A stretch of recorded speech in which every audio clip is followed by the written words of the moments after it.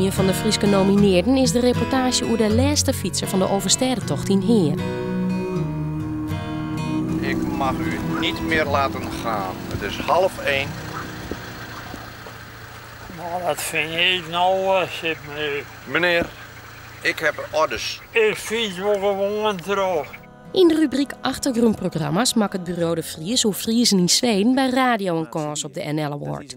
Voor televisie de uitsturing van Neet op Vreed, maar de broers en zusters van Marianne Vaatstra. Er is in al die jaren zoveel gebeurd, waar we eigenlijk geen invloed op hebben.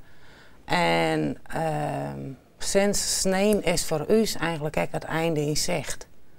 En dat had zoveel voor ons verloren, dat we zijn nog willen wie ook wel eens met ons verhaal naar boven komen. De orennominaties binnen voor de programma's oer het Scootjesfilm en de documentaire oer Anne Sernicke. De docenten stellen wel de kansel even van de vrouwen, maar dat betekent nog net dat iedereen direct vol uitvoering achter stier. En dat viel de Anne natuurlijk wel. De uitreiking van de NL Awards is op 3 maart.